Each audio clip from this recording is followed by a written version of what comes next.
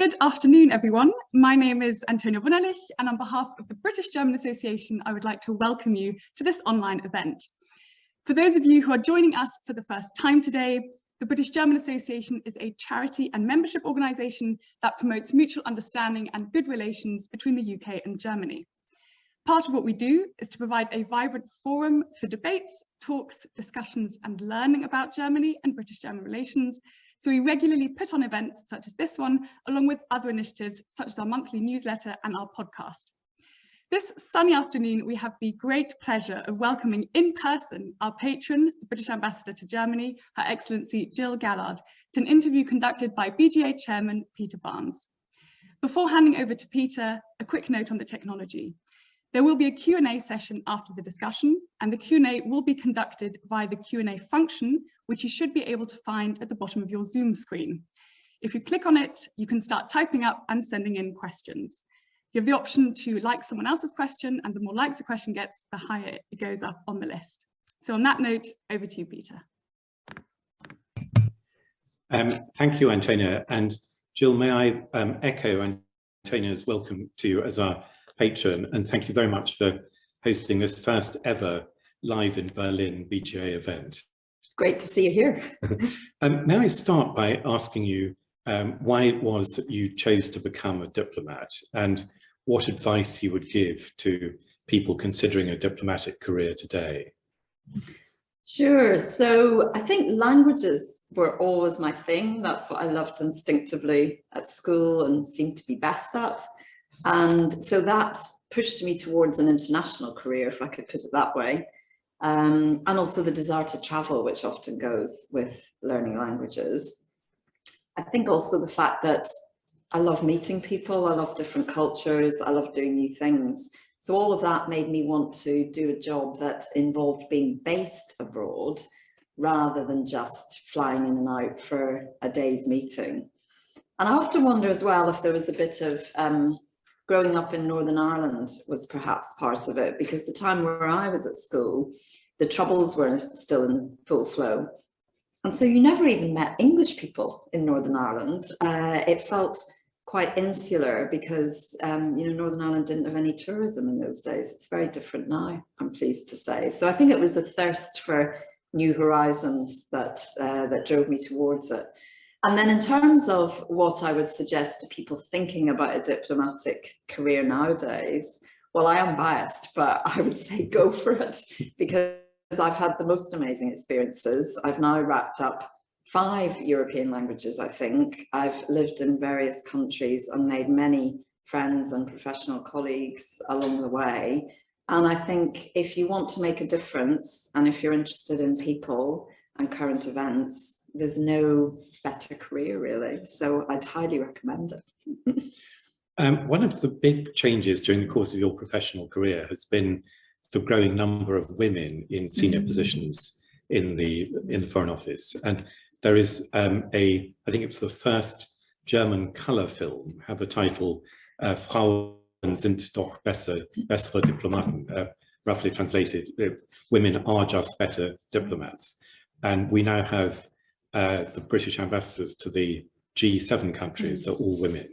Can you say something about what it means to be a female diplomat in particular, and why it is that you see there has been such a great number of women reaching these top posts? So it's so different to when I joined over 20 years ago. You know, I remember looking up through the organisation and seeing very, very few senior women, and my conclusion from that was, well, clearly you can't be a senior female British diplomat, particularly if you want to get married and have children. And that's why I think role models is really important for today's generation, because you need to be able to imagine yourself in that role. And the way we've changed that, and I say we because I feel proud of the part that lots of my generation have had in this. It doesn't just happen by magic. Part of the history to this, as you know, Peter, is that until the mid-70s, if you were a female British diplomat and you dared to get married, you had to resign. And so inevitably it takes a generation of change for that facts to filter through. And one of the other things we did when I was Human Resource Director and on the board for 4 years was, and this is all credit to Simon MacDonald, now Lord MacDonald, he said, let's map out where we've never had a female British ambassador. And there was a pretty horrifying amount of countries, many of which were G7, where we hadn't had a female ambassador.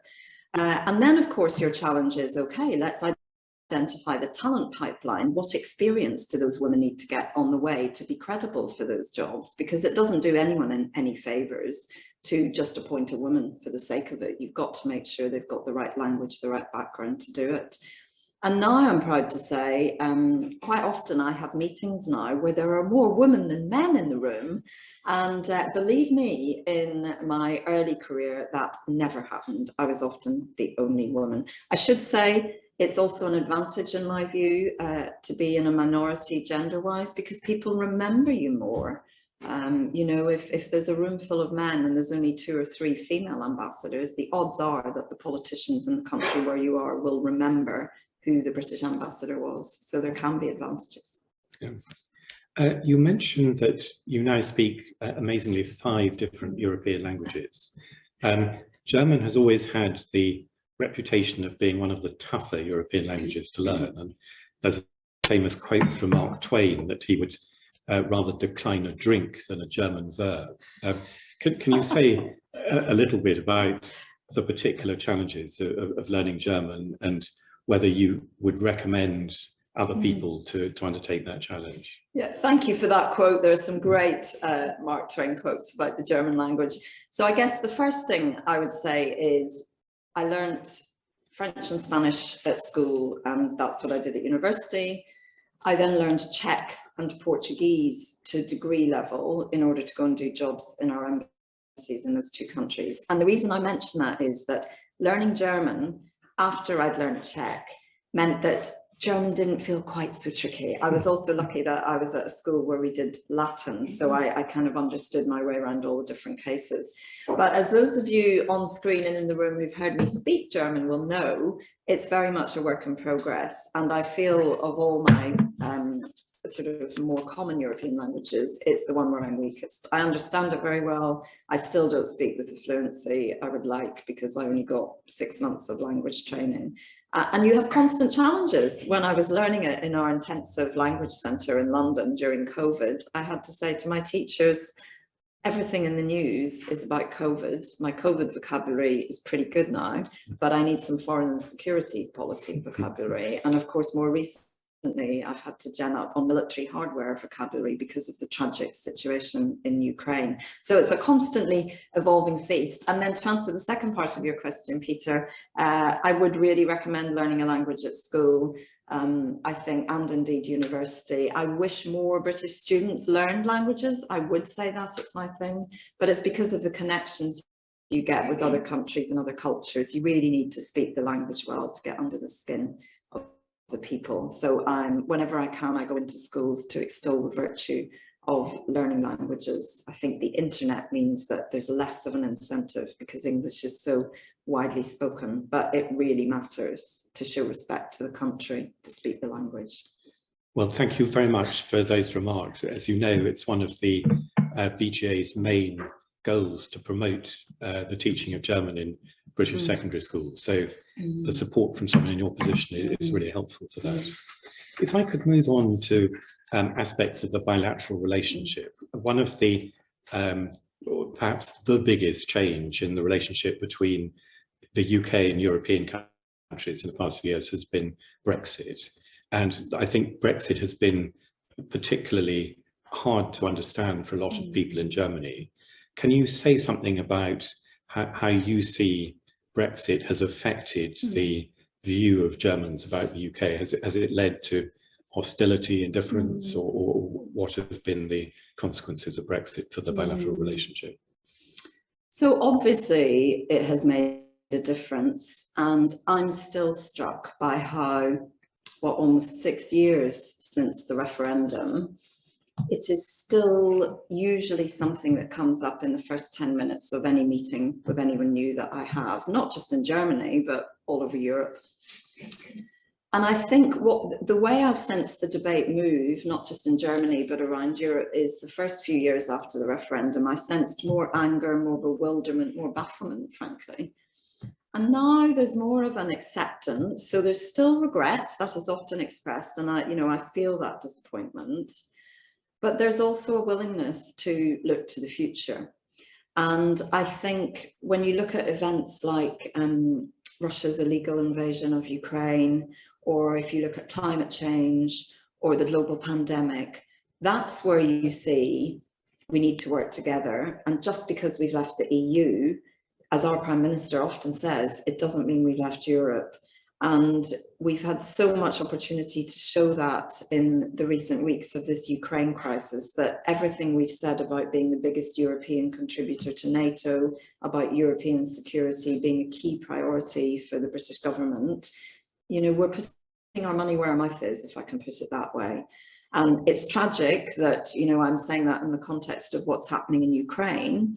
In a more happy scenario, if you look at the climate change summit in Glasgow at the end of last year, or if you look at the global response to COVID, we've shown how closely we work together with key allies. And of course, Germany is a G7 partner, and we were G7 presidency last year, and Germany is G7 presidency this year. And we've got very shared objectives. Our ministers are talking to each other at the moment, many ministerial phone calls each week. So that is something that I feel post-Brexit, that level of dialogue, in some ways it has intensified. You've heard me say, Peter, bilateral is back. We need to work harder now to keep those channels open. But because we're in so many international organisations together, and because we have those shared values, I think the dialogue is real and is flourishing. And do you think, you mentioned bilateral is back as one of the ways you're trying to characterize the new relationship. Do you think that bilateral relationship with Germany is possible when a number of issues to do with the UK relationship with the EU have still not been fully resolved? So I do think it's possible. Obviously, there are times, as with any foreign policy subject, where we have to say to each other, we don't agree on this, or let's make a point of disagreement, but then let's move on to where we do agree and how we can work together on what we do agree. And I suppose the point I'd make on that is, through my career, I've felt that. I was based in our embassy in Madrid in my 20s. And at the time, the issue was Gibraltar. When we were having difficult phases on Gibraltar, we would have some tough exchanges at the start of a meeting, and then we'd say, we have to agree to disagree for now on that. Let's move on to where we do agree and where we can work together. But I'm very conscious that the trade and cooperation agreement, and if there is some issue with the European Commission or with the EU, that is inevitably going to affect the tone of some exchanges, and also the speed and willingness at which we can do things together. So we're realistic, but luckily for me, our German hosts are pragmatic and realistic too. One of the particular consequences of Brexit that I know a lot of our members feel strongly about has been the unfortunate end of the Erasmus programme, and related to that, the difficulty for school children in particular to get visas to come to the UK, and in some cases vice versa for young British people to go to Europe. Is there any hope that you can hold out of some kind of well-working substitute to the Erasmus programme, or us rejoining Erasmus at some point in the future? So just before I talk about Erasmus, just to say on Horizon, I'm really pleased that we've got an extension to British participation in Horizon, because as many people listening in will know, this was a real priority for the British government, and also for the UK and Germany, because we work so closely on research, technology and development. On Erasmus, I'm quite struck by how often when I meet senior politicians in Germany and senior official counterparts, they have either studied in the UK or their children are now studying in the UK. And I feel that more here than I did in previous European postings. So I'm really conscious that we need to keep those links going. To directly answer your question, Peter, I don't see a prospect of Erasmus, of us rejoining Erasmus. But of course, the British government has set up the new scheme. Initially, it was called the Touring Programme. That is in its infancy. So it's still quite early to tell how well that is working. I know that the process is more complicated now, and I know that we don't have the freedom of movement between the two countries that we did before we left the EU. But I'm afraid that is a consequence of having left the EU. And so in terms of visas, school exchanges, university exchanges, the key thing that we, the British Embassy and Network Round Germany, are trying to do is find ways to promote those exchanges bilaterally rather than through the EU. And so we really welcome the fact that the UK-German connection, some of you may be online, we're looking at increased funding to try and facilitate school exchanges. And a lot of the work that the BGA is helping us with, for which many thanks, in promoting direct links between universities or schools around the two different countries. We need to go down that route to try and improve those exchanges. But I don't see any prospect of us rejoining Erasmus per se. No, well, thank you for that. One of the big specific bilateral milestones in the past year has been the signing of the new Declaration on Foreign and Security Cooperation, which took place, I think, last summer. Can you say a little bit about what has happened in concrete terms in the 9 months or so since that was signed? Sure. So for those who don't know, this was a framework agreement where the UK and Germany agreed to work together on a range of foreign security development issues. And I'm really proud that Germany was the first country to sign such an agreement with the UK since we'd left the EU. So what is happening on it is, I would call it when we've put the flesh on the bones of the agreement, is how I would describe it. And just to name check a few foreign policy issues where we've worked really well together. And this is both under the last few months of the Chancellor Merkel's government and also in the first few months of the new Scholz-led government. Foreign policy issues where we've worked really well together, obviously Russia, Ukraine right now, but looking a bit further back, coordinating sanctions on Belarus, Iran negotiations on nuclear. We're serving side by side in Mali, so there's a lot of cooperation in Africa.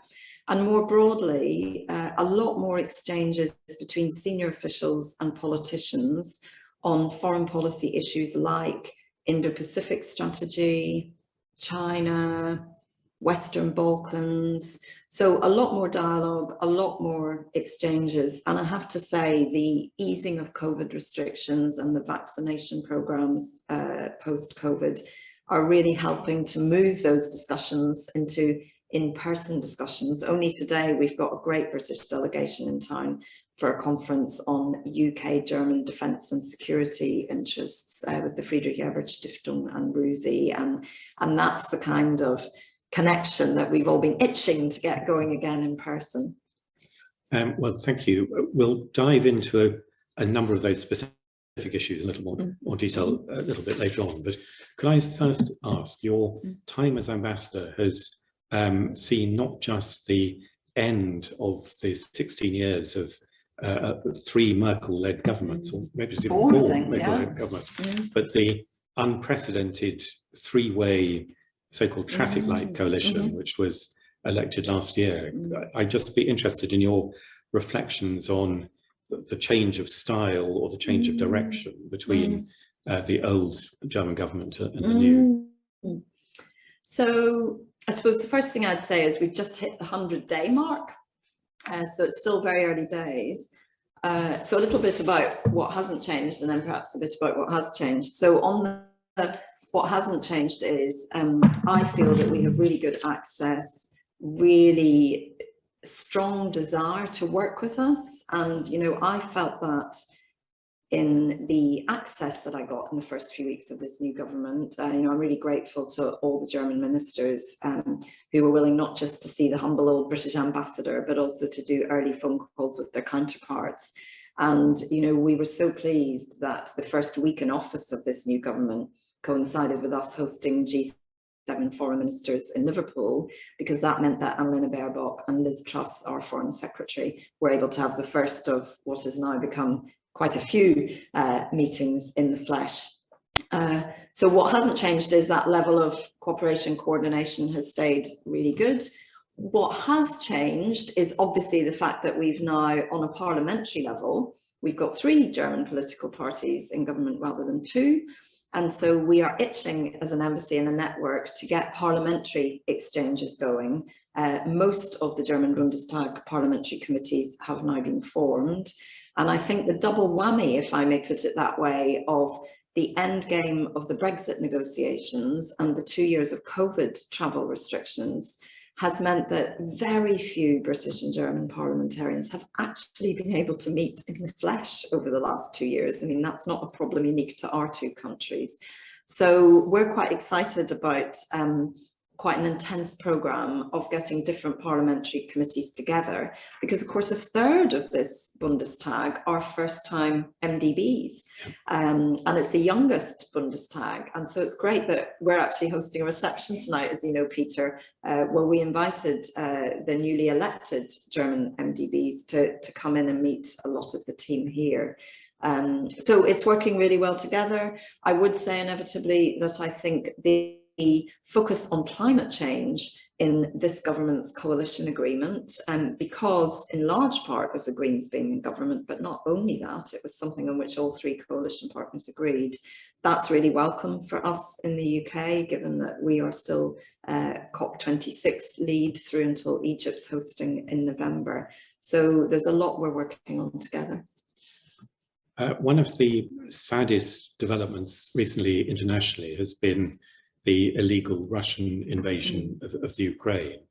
And that has created a sea change in German policy in a lot of areas around defence. So for the first time, Germany has committed to spend in excess of the 2% target of GDP for NATO.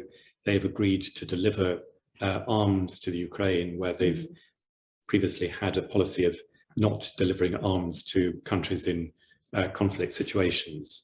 And they have committed to a 100 billion spending pot on defence. Can you say something about how the Ukraine crisis and this change in German government defence policy has impacted the bilateral relationship, and whether Britain and Germany are working more closely together as a result of the Ukraine crisis? So I think the first thing I'd say is to repeat really what British ministers have said in public, that we are full of admiration for the German response to this crisis. And you know, the word historic can be overused, but watching Chancellor Scholz, 3 weeks ago almost, in the Bundestag announced this Zeitenwende, that was a really big moment. And I think it's a sign that this Ukraine invasion, this is not one of these crises that's going to last a few months and then things return to normal. You know, this has shifted the tectonic plates of geopolitics, and I'm really not exaggerating there. We're all still trying to come to terms with the implications of this. So the first thing I wanted to say was just huge admiration and respect for such a brave response, quite frankly. Then in terms of how it's impacting how we work together, I think it goes back to what I said a little while ago about it's proved, I think, that our rhetoric over the last couple of years about the importance of European security to us post-EU exit, it's shown that we mean it. You know, I'm really proud that we were one of the first countries to offer military and security logistical help to Ukraine and to President Zelensky. I think the level of coordination that we are seeing between leaders in NATO, in the UN, in the G7, the way my government is interacting with EU counterparts, both bilaterally at the European level, but also with the European External Action Service. You know, I think all of that shows that there's a collective sense that we are stronger when we're together. And so that is all to be welcomed and something that I very much hope lasts. How has it changed our interaction with this new German government? I said to someone earlier today in a different meeting, it's like it's turbocharged turbocharged it, because obviously we had a really intense programme of early ministerial meetings so that the new ministers would get to know each other. The pace at which those meetings are now happening, often on the phone or on Zoom, but also you can all see it from the media, the amount of international summits that are happening around the world. And the Munich Security Conference here last month was a sign of how intense that collaboration was. That was a week before Putin invaded Ukraine. But, you know, we had our Prime Minister here, our Foreign Secretary here, our COP President here, and we had such an intense series of bilateral meetings. So turbocharge the contacts is how I would put it. And there's massive scope to work together. You know, we're really keen to make sure that this huge German increase in defence spending is interoperable between NATO and European capacity. Again, going back to so that we're all stronger together. You've mentioned COP26 a number of times in your remarks, and climate change is clearly an issue that affects both Britain, Germany, and indeed the world. One of the consequences of the Ukraine crisis seems to have been a dilution, or at least a reduction in the urgency of some of those climate change goals. So countries are now looking to extend coal-based power, or looking for alternative sources of hydrocarbons. Do you see a risk that the Ukraine crisis will derail the British and German focus on climate change policy? I'm actually more in the opportunity camp than the risk camp, and I agree there are inevitably risks, but in the opportunity space, you know, this is going to accelerate, in my view, a country like Germany's move towards more renewables. And we can see not just with Germany, but many countries around the globe now looking to bring LNG on stream faster. Oil diversification of supply, more renewables again is very important there. Certainly for us in the UK, with, you know, quite wide acknowledgement that we are one of the world leaders on renewables, we are looking at our hydrogen offer, our wind power offer. I think there's as much chance of this Ukraine crisis accelerating the move towards cleaner, safer, renewable technology than the reverse. But that's not to say, you know, I'm not denying that dependency, you know, with less resources to go round because of our collective effort to block off the Russian income, that could mean that in the short term, there's not so much green transfer for some countries. But I think in many ways it's moved it up the political agenda. And I think it shows that, you know, climate change is not something you can park in a nice to have box. This is a real resource question as a global level. Yeah. Germany is the country in Europe that is most dependent on Russia for, in particular, gas. I think about 55% of German gas comes from Russia, but also for oil and coal. And also within a European context, Germany is by far the largest user of Russian oil and gas. I think Germany takes as much gas from Russia as the next 3 European countries combined, and is also looking to, ahead of next winter, make sure that they have increased the amount of capacity in their reserves to around 90% of the available capacity. Do you see a risk that there could be a repeat of the vaccine nationalism that we had last year in the energy space? And if so, how can one avoid that coming about, that countries are trying to hoard energy rather than making sure that everyone in the European family has enough? It's a good question. I mean, I think one thing we collectively learned from COVID and the rollout of vaccines was that nationalism or ensuring one's own country was sorted was not going to eliminate COVID. And, you know, this is actually another example of where Germany and the UK have worked really well together in setting up the COVAX facility and getting funding from around the globe so that a lot of the developing countries would get faster access to the vaccine. So I think that's an important lesson learned, which applies to this energy context. I guess I would put energy in the same bucket as defense in this Russia-Ukraine crisis, which is I sense a recognition that no one country can solve either their energy dependency or their defense industry needs alone. And that's where the globalization aspect comes in. And I'm not naive, you know, any government worth its salt needs to protect its national interest.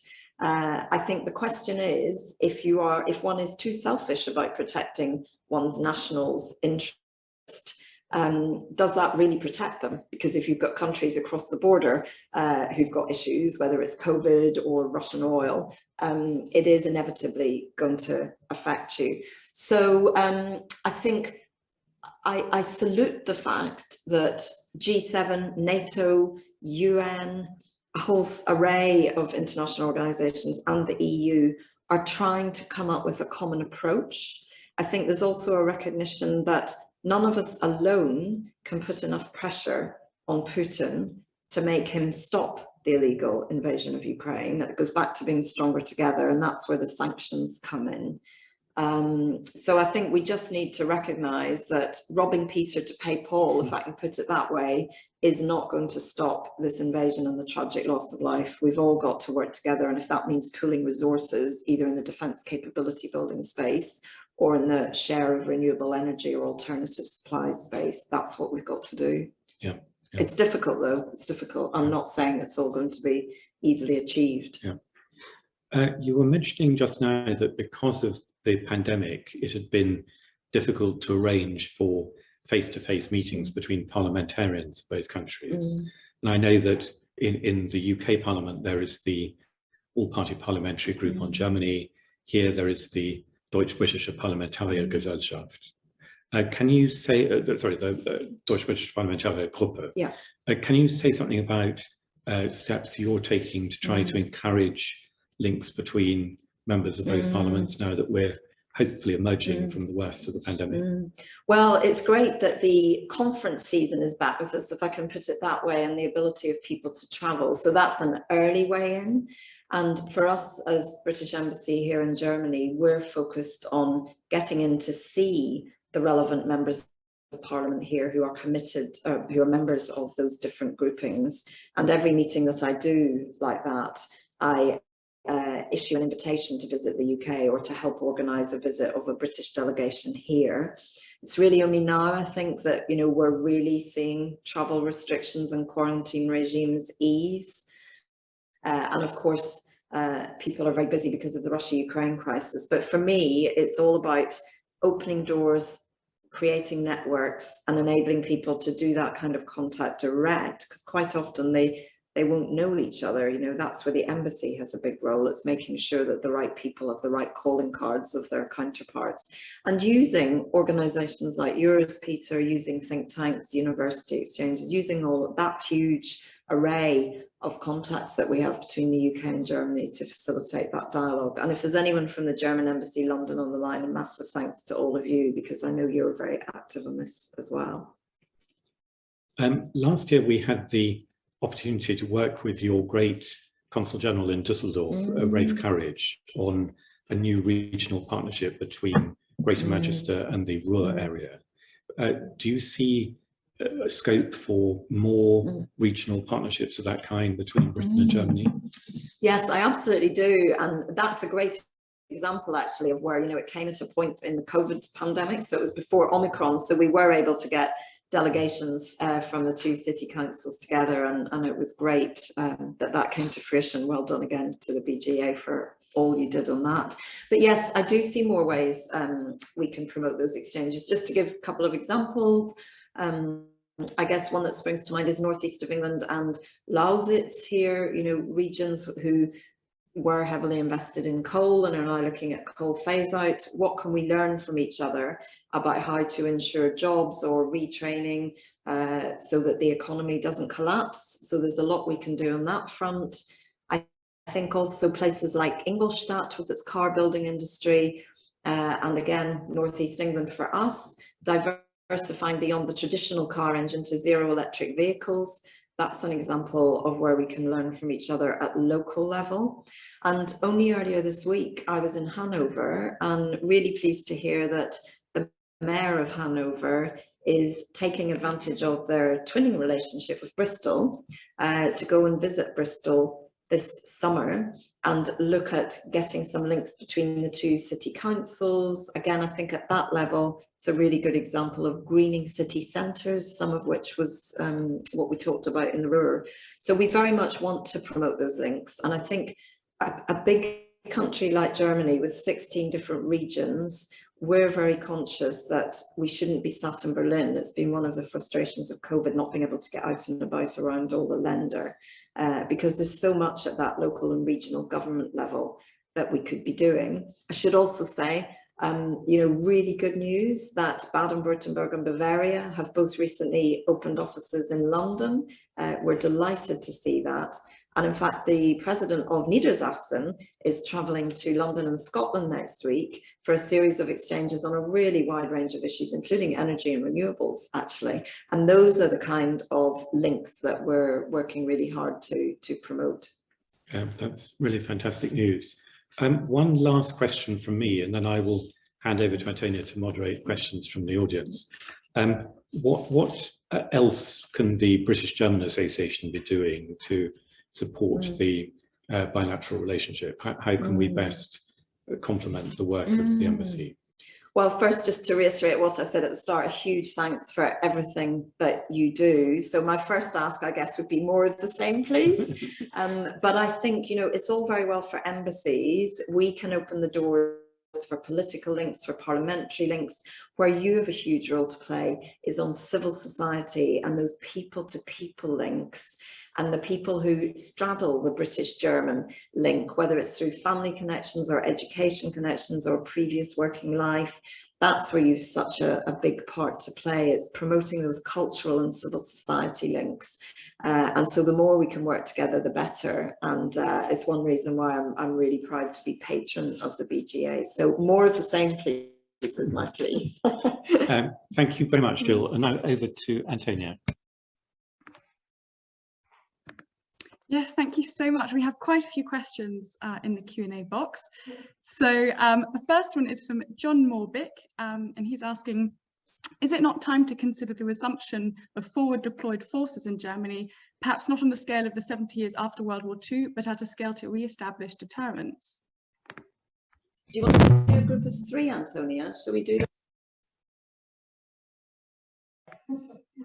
Great. Yeah. I hope I'm unmuted. Yes. So then second question from Neil Coop. Could you share some of your favourite memories of your time in the diplomatic service? Ooh, great question. And then the next question is from Rian Chilcott. Can the ambassador say something about how sanctions on Russia are coordinated between the UK and the EU? And specifically, Rian is asking how easy it is to keep the interests aligned between Germany and the UK, given some different, what we call weaknesses, specifically for Germany, energy dependence, and for the UK, financial services and Russian money. We're unmuted, yeah. Great.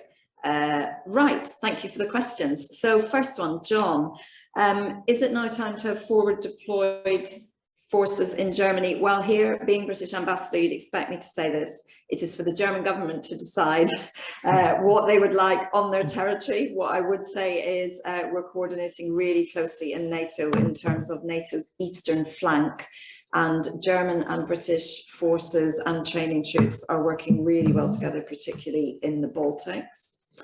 Neil, your question about diplomatic service favourite memories. So we need an hour for that alone, but just to think of perhaps a couple of highlights for me, I guess I'll do a personal one and a work one. So personal one would be my 5 years in Madrid in my 20s, where my job was basically internal Spanish politics, and the joy of being paid to go to the Spanish Parliament, to talk to Spanish parliamentarians in Spanish about Spanish politics, European politics, global politics.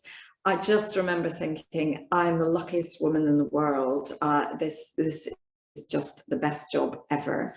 But a more sort of serious favourite memory, there are days where you do feel you've made a real difference. And, you know, two I would highlight would be one where I was able to speak truth onto power, if I could put it this way. This was many years ago, and I was working hard to stop arms exports to a regime where I thought they'd be used to harm human rights of people. I won't say more than that. And I remember then feeling, even if ministers overrule me, the fact that I'm allowed to have my say and to make the case makes me feel very lucky, because I was a mid-ranking official at the time. And I remember thinking, aren't I lucky to be working in a country where this is how we function?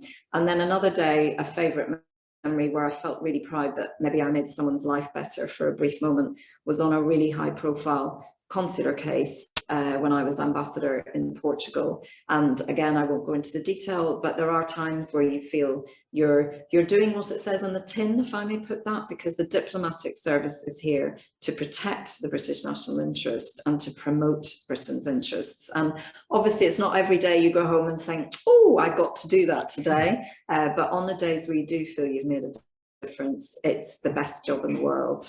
And then Rian, your questions about UK-EU sanctions coordination and alignment or not of British-German interests on energy and financial Russian interests. On UK-EU sanctions coordination, so the word I would use for this is pragmatism. Obviously there is not a formal coordination mechanism because we have left the EU.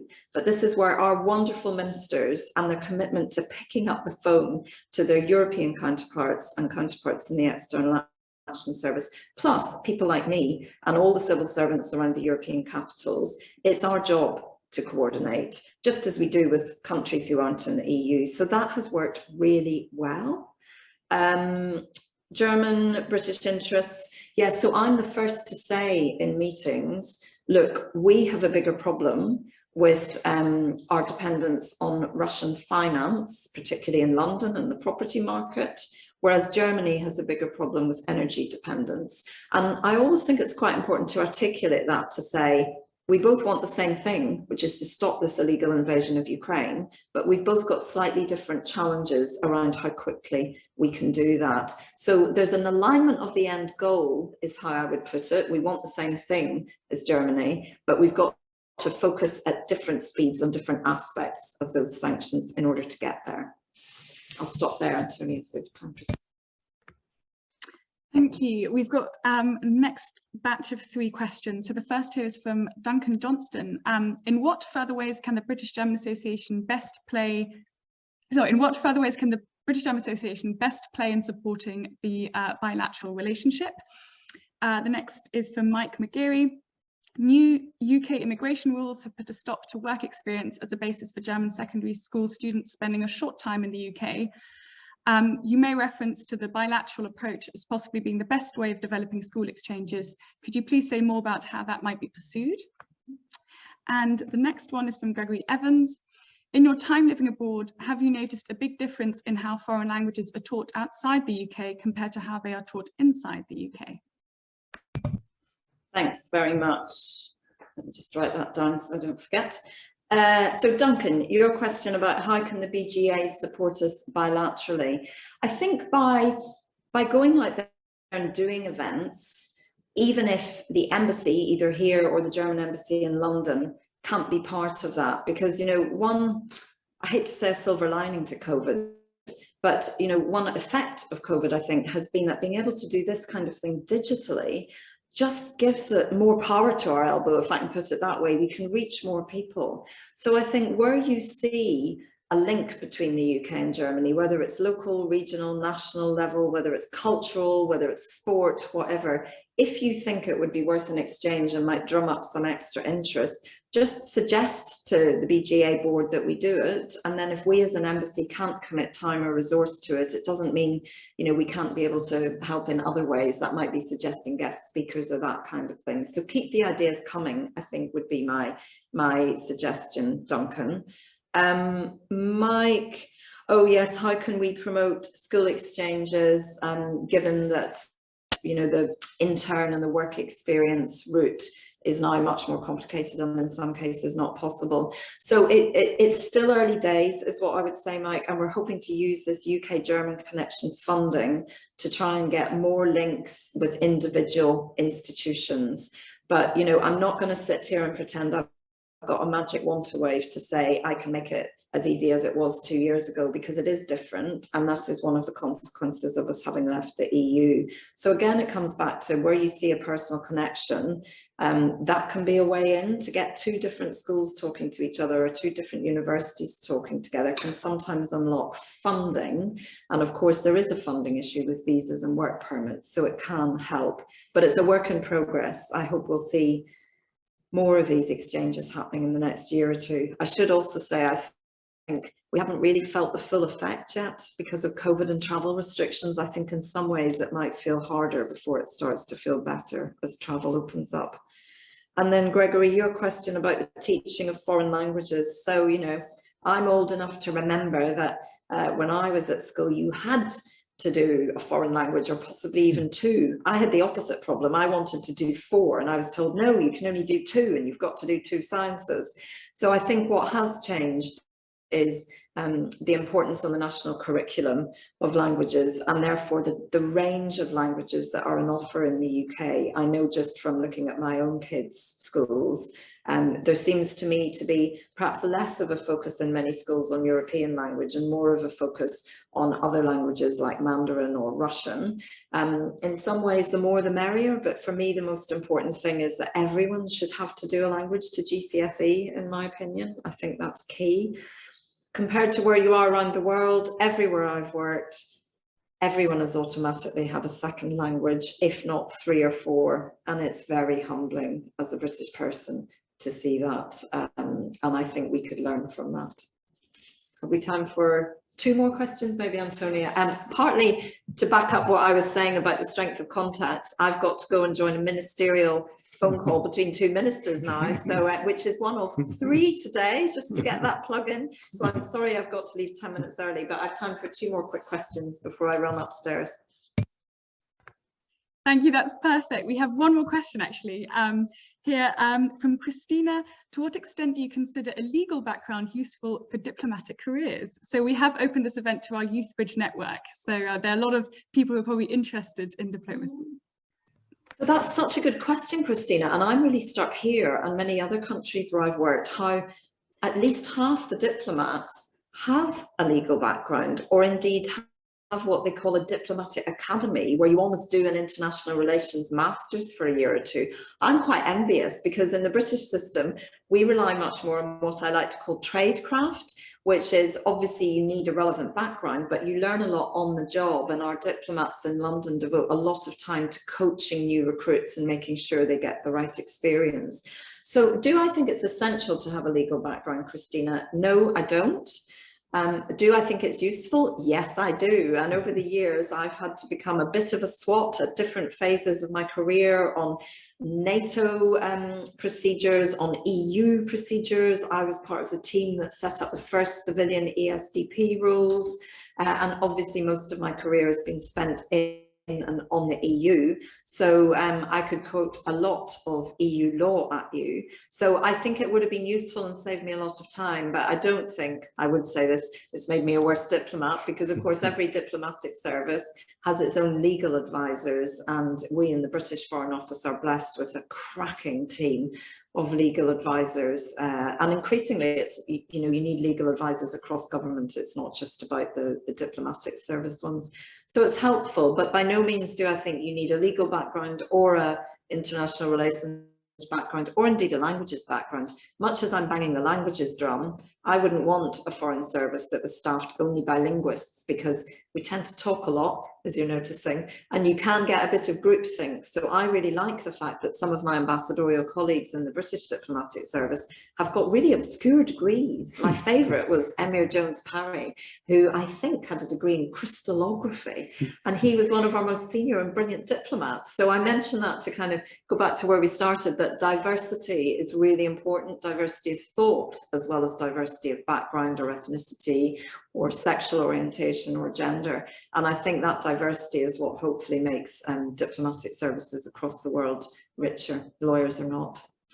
Well, Jill, thank you very much indeed for joining us today. It's incredibly kind of you, given you're so busy, to devote this time to the British German Association. And you've made some very kind and flattering remarks about the BGA. I'd just like to say from my side how grateful we are to the support, not just of you personally, but of all your colleagues in the British Embassy and the FCDO for our work. And we hope to go on continuing that fruitful partnership. So great. Thank you again. Well, Musik für meine Ohren, as I like to say when I agree with the German politicians. So thank you so much, Peter, and thanks very much to the Embassy team. Thanks to everyone who joined us. And well, I'll see some of you in the room later at our parliamentary reception. But thanks very much for dialing in, everyone. And schönen Tag noch. I hope the weather in the UK is amazing as it is in Berlin today. It's like summer. Thanks a lot, everyone. Cheers.